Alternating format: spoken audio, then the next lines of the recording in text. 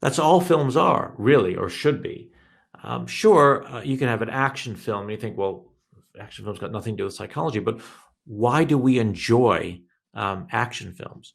First of all, we have to recognize a principle that originated with theater, which is the temporal suspension of disbelief.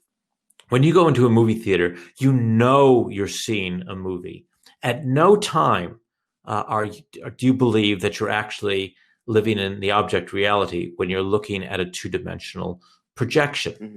Now, obviously, there are a few crazy people maybe that get a little bit more involved in films than the rest of us. But for the most people, they see that it's the fictive world they're observing, and they enjoy it because of this temporal suspension of disbelief. They will accept that this is the portrayal of the real world, even though they know it isn't. So right away, there's a big psychological principle at work because your audience is engaged in a self-delusion. Mm.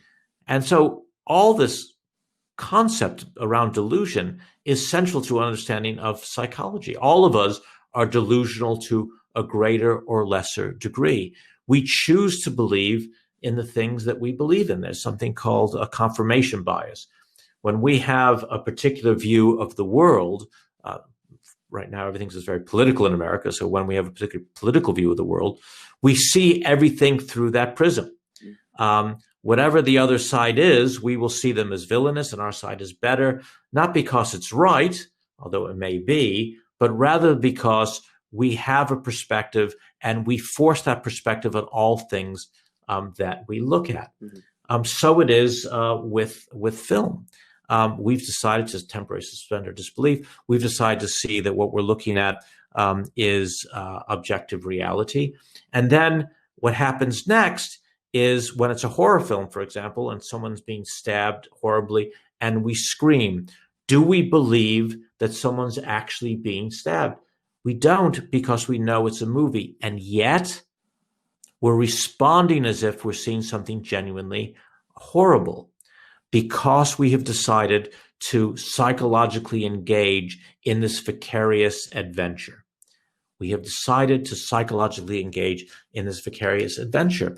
And that then extends to romance, to people falling in love. It extends to who we see as heroic, because then we identify very often with a heroic person.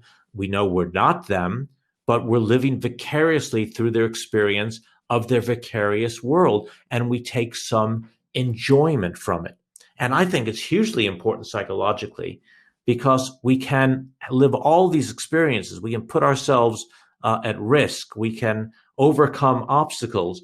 But because it's not the real world, we're not in genuine danger. So we can live out our primal fantasies and survive them, whereas we can't always do that in the real world. So all of film is based in this psychological landscape of fantasy and need and desire and fear. And when we serve those functions in our audience, then we're good filmmakers.